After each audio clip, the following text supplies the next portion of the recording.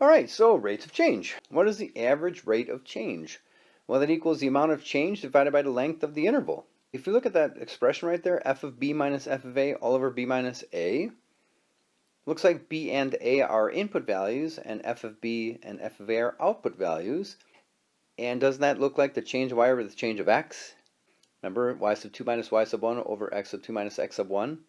We are literally using old school slope to find the average rate of change.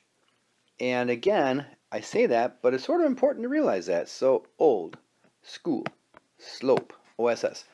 So whenever you're dealing with the average rate of change, you're dealing with old school slope. Remember that. So let's find the average rate of change of the function f of x equals x cubed minus x over the interval of 1 to 3. So from 1 to 3, for the x interval from 1 to 3, what's the average rate of change? That's what they're asking about. So we plug and chug. So we got to find f of 3 minus f of 1. And what is that? Over 2, because 3 minus 1 is 2. So f of 3, what's f of 3? So 3 squared, or I'm sorry, 3 cubed minus 3. 3 cubed is what? 27 minus 3, which is 24. Okay, minus, then we got to find f of 1, which is 1 cubed minus 1. 1 cubed is 1 minus 1, which is 0. So it looks like it's 24 halves. Yes, Cleo. Which equals 12. That is your average rate of change, your average slope over the curve from 1 to 3. Okay, sweet. All right, so here's an example of a graph, and it says what's the slope of the secant line in this graph. So the slope of the secant line, as you can see there, guys, is old school slope. Change y over the change of x. Y sub 2 minus y sub 1 over x sub 2 minus x sub 1. Or if you just want to look at the actual graph and do your rise over run to get your slope that way, again, old school slope, that's perfectly fine. So if we're doing old school slope, it looks like we're going to go from 4, so from the point 0.04, yeah, I'll just put it here. So from the point 0.04, we're going to go down 4 and over to the right 6. So think about how we would write that. Down 4 over to the right 6, down 4 over to the right 6, but we know we can reduce that to negative 2/3. So what that is, guys, that is the average rate of change.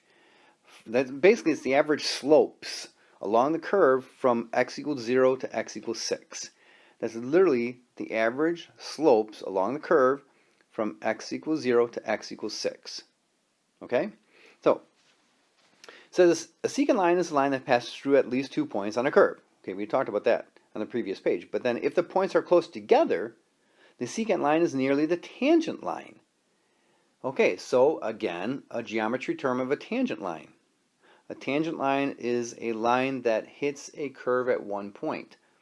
So what we're trying to get at is the secant line, if the points are getting closer and closer together on that curve, like super close together to each other, it's almost becoming one individual point, then you're going to be forming what's called a tangent line.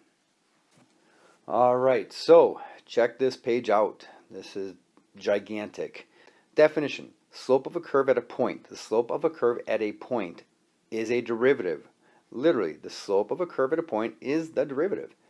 The slope of the curve y equals f of x at the point P, as I have it labeled there, is given by the new function f prime of x. Now, notice a little tick mark, guys, a little quote right there. Okay, a single quote right there. So f, we call it f prime of x, basically, f prime of x. That's the way you're going to write derivatives. So f prime of x equals the limit as h approaches 0 of f of x plus h minus f of x all over h. And this is humongous, guys. This is like super, super important to know this, okay? Super important. And it says right there, this is also called the instantaneous rate of change. So you have, from before, you guys, we have the average rate of change, which was old school slope. Again, the average rate of change was old school slope. Instantaneous rate of change is basically a derivative. That's what it is, and which again is based off of the f prime of x. All right, so let's check this example out. So if f of x is x squared, and we have x equal 2, all right, it says at the indicated point, where x is 2, they want you to find the slope of the line tangent to the curve at the indicated x value of 2. They want an equation of the tangent line and an equation of the normal line. and they want us to draw a graph of the curve, the tangent line, and normal line. So, first thing we can do is actually draw the parabola itself. Okay, I mean, I know it says draw the graph at the bottom there, but let's go ahead and draw the parabola itself. Y equals x squared, parent function. Let's do that. So let's see, x is 2. So if we think about where the heck x is 2, y would be 4. Okay, so we have a dot right there. I'm going to put it in black, if you guys can see that, at 2, 4. Got that point right there. All right, so we're trying to find the slope of the line tangent to the curve at that point. We're trying to find the slope of the tangent line to that point right there. And then we need to come up with the equation of the tangent line and then the equation of the normal line to that point of tangency. All right, so here we go. All right, so you can see the setup I'm doing right there. Setting up for using the function f of x equals x squared to f of x plus h minus f of x all over h. So if you recall back in the day, I wanted you guys to memorize the x plus h quantity squared, which was x squared plus 2xh plus h squared. We have the minus x squared hanging out, and we have this all over h still. Then if you recall, it was crossed out. All you had left was remember the terms that had the h's on them is what you had left. So we have 2xh plus h squared all over h. And then you can factor out an h for each of those. One of these and that one. So it looks like we have basically 2x plus h, ultimately, if you think about that, right? So we have 2x plus h. But, remember, I said in the beginning, we're trying to find the limit as h approaches 0. So plug and chug, 0 for the h, you end up with an answer of 2x. So ultimately, we're going to have 2x. So that is the equation we can use to actually find the slope of the tangent line. That's the equation we're going to use to find the slope of the tangent line. That is f prime of x. F prime of x is 2x. Again, we're going to use that to find the slope of the tangent line at the given point. Well, the given point was at x equals 2. So when x equals 2, f prime of 2 is 4. Again, f prime of 2, that's 2 there, is 4. That is the slope of the tangent line when x is 2. So for question A, where it says the slope of the line tangent to the curve, that would be 4. Question B says they want the equation of the tangent line. Okay, so let's see, the equation of the tangent line. Well, if the slope is 4, the x value is 2, well, I can plug in the x value of 2 into the original equation, f of x, to find the y value, right? So I can find, we have the slope we just found of 4. We then can just plug in the 2 into the f of x and find the y value. Y value just happens to be 4 again. So if we want to do some work, let's do some work on the side here. So what I'm saying is, if f of x is x squared, and x was 2, f of 2 is 2 squared, or 4. Okay, that's the y value. I know it's coincidentally the same as the slope, but that's different. So, alright, so we got the y value. So our point is at the point 2, 4. Our slope is 4. So once again, y equals mx plus b. So y equals mx plus b. So 4 equals 8 plus b. Subtract 8 from both sides, and b is negative 4. Okay, so to answer the question then, again, for part B, what's the equation of the tangent line? Y equals 4x minus 4. There we go. And now we need to come up with the equation of the normal line. So that is perpendicular. Alright, so for part C, y equals perpendicular slope to 4 is negative 1/4. Remember, the opposite reciprocal. So negative 1/4 x, but now I need the y-intercept. Okay, so for the y-intercept, we're going to have to do some work like we did over to find the y-intercept for question B. Alright? Okay, so I shrunk down that little part of the work we did for part B. Now I wrote down some stuff for part C. So 4 equals negative 1/4 times 2 plus b. Again, y equals mx plus b. And so what do we got going? As we kept going here, we go 4 equals, what is that? Negative 1/2, isn't it? I mean, think about that. Negative 1/4 times 2. Add a half to both sides, so 4.5 or 9/2 looks like that's b. So we got plus 9/2. There you go. There's our normal line equation. All right, beautiful. I'm just looking at the graph itself, and they want us to graph a tangent line and a normal line. So tangent line, again, I'll do the best I can with this. That's not bad. That's not bad. And then normal line, we'll go perpendicular over that. So there. I mean, that's okay, right? It's not great, but you get the idea behind that. So that's cool. All right, sweet. All right, good job. All right, for this example, it's the same kind of question, right? I mean, look at it, just a different equation, a different x value, but it's going to be the same process. All right. So let's see. If we wanted to graph that, it looks like it's an upside down parabola with the y-intercept at 4. All right. So our function f of x is 4 minus x squared. We have to do the limit as h approaches 0 of f of x plus h minus f of x all over h. So let's go ahead and do that. I'm going to write sort of tiny as best I can here to fit it all in. So here we go. The limit as h approaches 0 of, all right, we have to go f of x plus h minus f of x all over h. So first of f of x plus h. So it's going to be 4 minus the quantity of x plus h squared minus f of x, which is 4 minus, come on, x squared. And that's all over h. Okay. Now, when I'm done with this, I'm going to be shrinking this stuff down as well. But anyway, so limit as h approaches 0 of 4 minus, all right, now I'm going to bring in the negative sign into the parentheses after I square everything. So it's going to be minus x squared minus 2xh minus h squared. Then I'm going to continue on with the question here. So minus 4 plus x squared. That's all over h. Okay, that h was huge. I'm going to erase it, make it tinier, give us more room. There we go.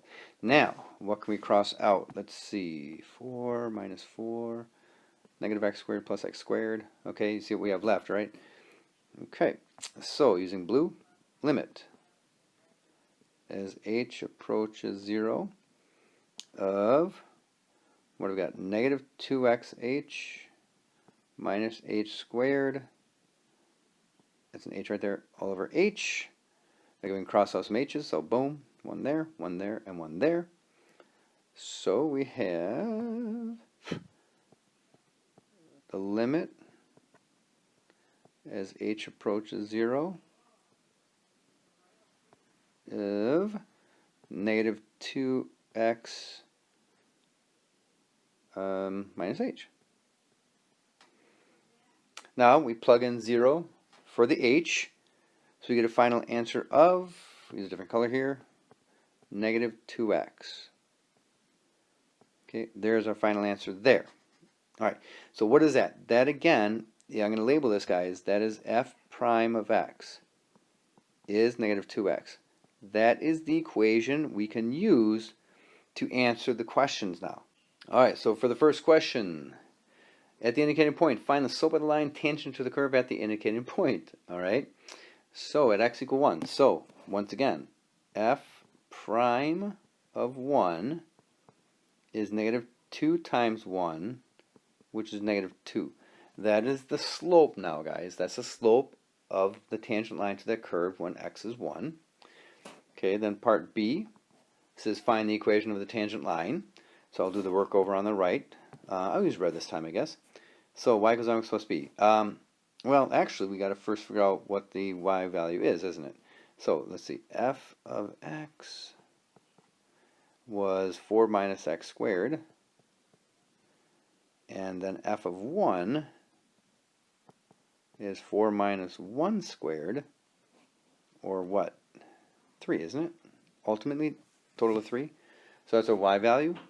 All right, so for part B, we're going to go y equals m x plus b.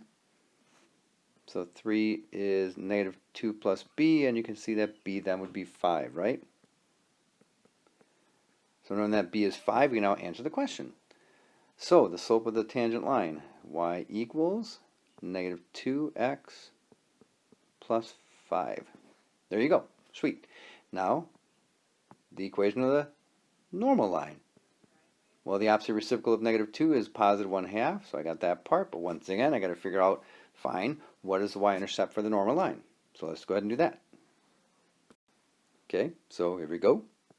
Y equals m times x plus b, mx plus b.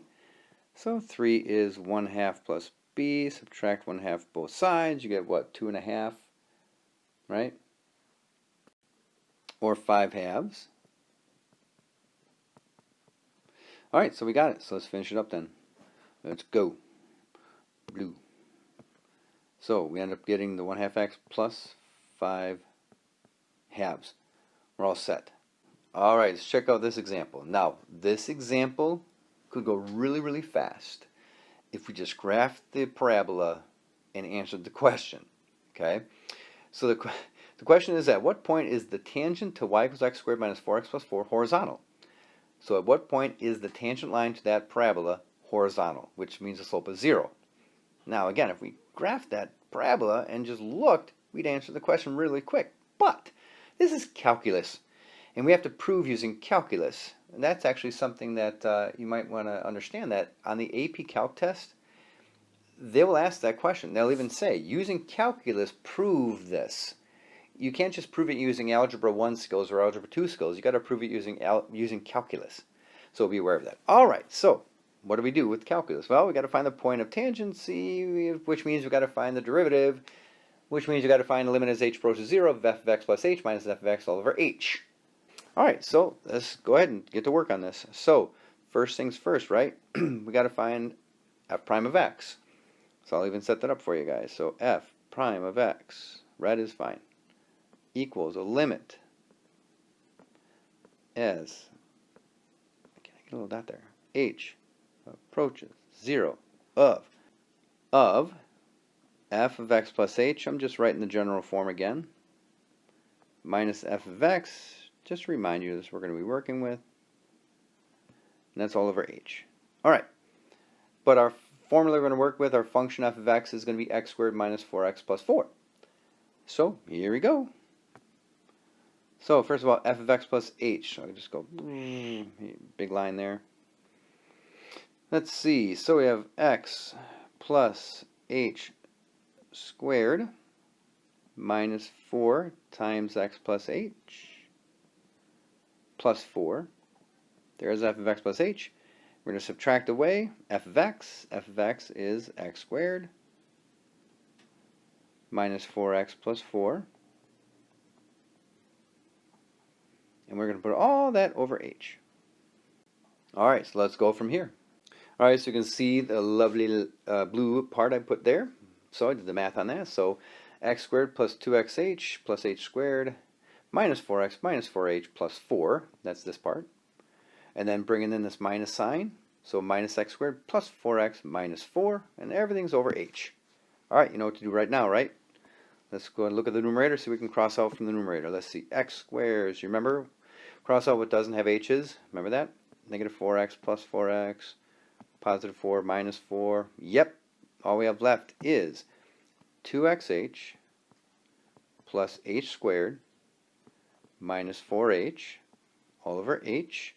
And again, cross out those h factors. So what do we got? 2x plus h minus 4. So I'm going to write down with the limit notation, limit as h approaches 0 of 2x plus h minus 4. And now, when you plug in the 0 for h, right, plugging and chugging, 0 for h, we end up with 2x minus 4. So that means that f prime of x is 2x minus 4. That is the equation that we use to find the slope of the line. Okay? Cool. But remember what the question's saying, though. Remember, it says, at what point is the tangent to that curve horizontal? So they're saying, where is the slope 0? Remember, what we just found was the equation of the line to help us find the slope of the tangent line. But they're saying, yeah, but they want to know what point is the tangent or the slope 0? So, watch this. Just plug and chug 0 for f prime of x. Because again, think about that. The equation we're using is helping us find the slope, but they're saying, yeah, but what is the value when the slope is 0? So I plugged in 0 for f prime of x. Solving for this, add 4 to both sides, divide by 2. Again, add 4 to both sides and divide by 2. X is 2. So at what point is the tangent to the curve horizontal? When x is 2. That's the point. Well, that's the x value. What's the y value? Well, okay, if the x value is 2, I can find the y value. That's not that big of a deal because I can just use this equation right there and say, well, y is 2 squared minus 4 times 2 plus 4. Do the math on that. And what do you get? 4 minus 8 plus 4. 4 minus 8 plus 4 is 0. So y is 0 in that case, and so the question is, at what point is we're looking for? The point is at the point 2, 0. That's the answer. Now in the beginning I said if we graphed that parabola, we could find that answer rather quickly. Now that's not the most perfect picture of a parabola there, but I know by, again, factoring x squared minus 4x plus 4, I'd become the quantity of x minus 2 squared. So that's basically a parent function of a parabola shifted to the right 2. So you can see right there. And then they're saying, at what point is the tangent to that curve horizontal? They're literally asking, at what point is the tangent line horizontal? Well, you can see it's horizontal. It hits right at the vertex, right at the point 2, 0. So, like I said, we could have answered it quickly by doing basic algebra, but we had to show by using calculus. All right? Sweet. All right, so last example. It's a nice application example here. It says, an object is dropped from the top of a 200-meter tower. Its height above ground after t seconds is 200 minus 4.9 t squared meters. How fast is it falling 1 second after it is dropped? How fast it is falling, that's how fast is it falling. That seems to me like a rate of change. Rate of change. How fast is it falling? That's a rate of change. 1 second after it's dropped. Let's see. 1 second after it's dropped, how fast is it falling? When x is 1, when t is 1. Think of it that way, right? All right, so you know what we got to do, right? Calculus. All right, so here we go. I set up our f prime of x, our derivative. Again, f prime of x equals the limit as h approaches 0 of f of x plus h minus f of x all over h. So this is good practice, guys, for us to actually fill out the slide where each line I want you to have written down limit as h approaches 0. For each line, we're going to do this, okay? All right, so I did the math, obviously, right there. So just to show you again, x plus h quantity squared is x squared plus 2xh plus h squared. I distributed the negative 4.9 into those 3 terms, distributed the minus into those 2 terms, and ended up getting this numerator right there. Now you know what to do here. We can cross things out, right? So 200 minus 200. Let's see, negative 4.9x squared plus 4.9x squared. And you see what I have left over. So again, please include the limit as h approaches 0 of, what do we have left? Let's see, negative 9.8xh minus 4.9h squared, and that's all over h. You know what to do here, right? Cross out the common factors of h. So again, please include the limit again, each line, limit as h approaches 0 of negative 9.8x minus 4.9. H would be helpful if I added that in there. So then what is the limit as h approaches 0 of that?